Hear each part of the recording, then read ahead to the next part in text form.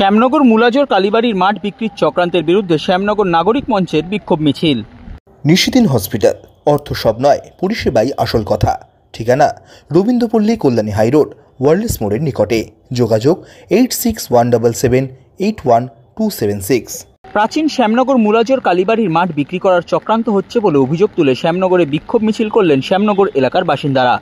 শ্যামনগর নাগরিক মঞ্চ সংগঠনের নামে শ্যামনগর এলাকার বাসিন্দারা একত্রিত হন। বিক্ষোভকারীদের দাবি, ছেলেবেলা থেকেই এই মাঠে খেলাধুলা করে তারা বড় হয়েছেন। কোনো এক অসাধু চক্র এই মাঠ বিক্রি করার পরিকল্পনা করছে, তাই সেসব অসাধু চক্রের বিরুদ্ধে মাঠ বিক্রি হওয়ার পরিকল্পনাকে রুখতে শ্যামনগরে সাধারণ মানুষ রাস্তায় নেমেছেন।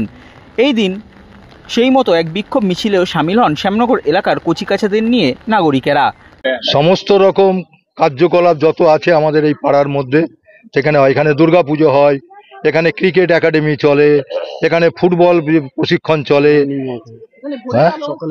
সন্নিগে মকালে আমাদের ভোরের আলোর শরীর চর্চা হয়। এই যত আমাদের দেখতে পাচ্ছেন এই মহিলারা এবং বয়স্ক সমস্ত তারা এখানে এই শরীর চর্চা করে।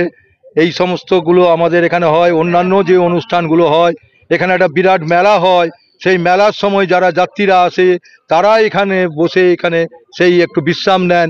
এই সমস্ত বিষয়ে মাঠটা আমাদের ব্যবহার হয় এবং এই মাঠটা আজকে থেকে নয়, আমার জন্ম এই মাটিতে, এই সামনেই আমার জন্ম মাটিতে, তখন থেকে আমরা এখানে ব্যবহার করে আসছি।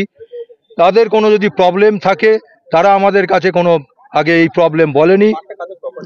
মাঠটা মুলাজোর দেবত্ব স্টেটের প্রপার্টি, ওনাদেরই কেউ প্রতিনিধি হয়তো বিক্রি করতে আসছেন, রাতের অন্ধকারে মাপছেন, সেটা আমাদের সঙ্গে কোনো আলোচনা করেনি।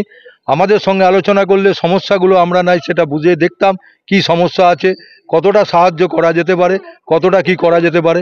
পাশে আমাদের কালীবাড়ি বাজার, সেইটা ওরকম করতে গেছিলো, সেখানকার লোকেরা বাধা দেওয়ার পরে সেটা স্টপ হয়ে গেছে।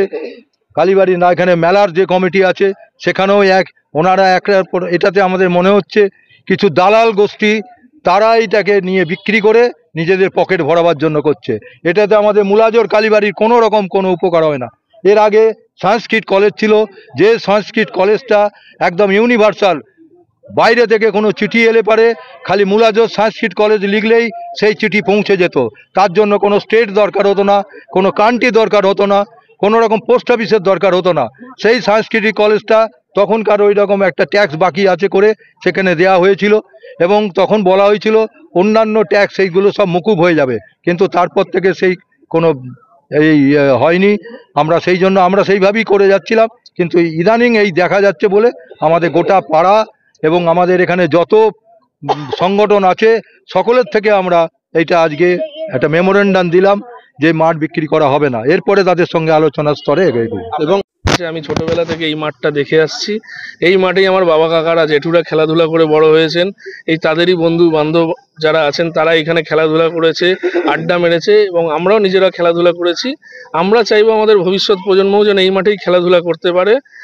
তাদের জন্য সামান্য একটা ফুটবল খেলার জন্য যেন অন্য পাড়ায় যেতে না হয়, তাই জন্য আমরা এই মাঠটা শুনেছি যে বিক্রি হওয়ার একটা চক্রান্ত চলছে, মাপজোক হচ্ছিল এবং রাতের অন্ধকারে কিছু কাজ হচ্ছে আমরা জানতে পেরেছি। তার বিরুদ্ধে আমরা পাড়ার নাগরিকরা গর্জে উঠেছি। অপরদিকে মন্দিরের প্রধান পুরোহিত নিমাই চট্টোপাধ্যায় জানান, সম্পূর্ণ ভিত্তিহীন অভিযোগ করা হচ্ছে তাদের বিরুদ্ধে।